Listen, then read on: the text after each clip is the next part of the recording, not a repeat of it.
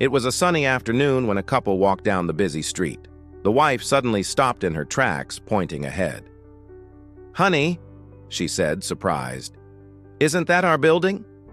The man smiled proudly. "Yes, I rented it out 5 years ago. The guy turned it into a restaurant." The aroma of freshly cooked food filled the air. Crowds lined up outside the place, laughter and chatter spilling into the street. The wife's eyes widened. "Wow, look at all those customers." The husband nodded with satisfaction. "Yeah, the tenant must be making a fortune." But then, the wife turned serious. "Honey," she said, "why should he be making all that money? This is our building. Those customers could be ours." The husband hesitated. "But he's the one who started it, not me." "So what?" she snapped. "You already have the location and the crowd. Just take over the restaurant. You can easily hire a chef and some waiters. You'll make even more money." The man thought for a moment. Her words echoed in his head. "It's my building. Why should someone else profit from it?" A dangerous seed of greed began to grow in his heart. A few weeks later, at the end of the month, the tenant, a humble man named Chris, arrived with the rent. "Good afternoon, sir," he said warmly, handing him an envelope. But the landlord didn't smile back. "I don't want your rent this month," he said coldly. Chris looked confused. "Sir? I want you to vacate the building." Chris blinked, stunned. "But why? I've worked so hard to build this business. My customers, my staff—" "Not my problem," the landlord snapped. "It's my building. I'll do what I want with it." Chris's shoulders slumped. He looked around one last time at the restaurant he had poured his heart into. Every table, every wall, every smiling photo of satisfied customers. Then quietly he said, "All right, sir, I'll leave." Weeks passed. The landlord reopened the restaurant under his own name.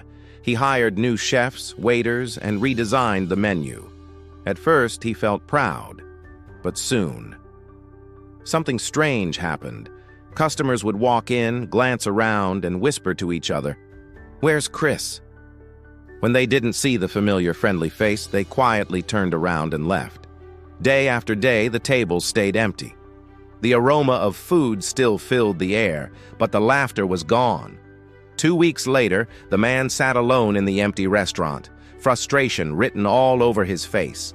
Bills piled up, staff began quitting. He realized too late that buildings don't create success. People do. One morning, while driving through town, he noticed a new restaurant that had just opened nearby. The parking lot was full. The place was buzzing with life. And to his shock, the sign above read, "Chris's Kitchen." He stepped inside. The aroma was the same. The customers were the same. Even the laughter was the same. Chris stood behind the counter, greeting everyone with his warm smile. The landlord walked up to him, humbled. "Chris, I see your new place is booming." Chris smiled politely. "Yes, thank God. It's been wonderful." The man sighed. "Look, I'm sorry for what I did. I was foolish and greedy. Please, come back to the old building. I'll give it to you rent-free. Just come back." Chris looked at him kindly but shook his head. "You took away my building," he said softly, "but you couldn't take away my talent or my faith." He smiled again. "A building can be owned, but passion can't be stolen." The landlord lowered his head in shame. Chris continued, "What's meant for me will always find me, no matter what anyone tries to take away." As the man walked out, he heard the laughter and clinking of dishes behind him, the sound of success built on integrity, not greed. Comment, yes, if you believe that no one can take away what S truly meant for you.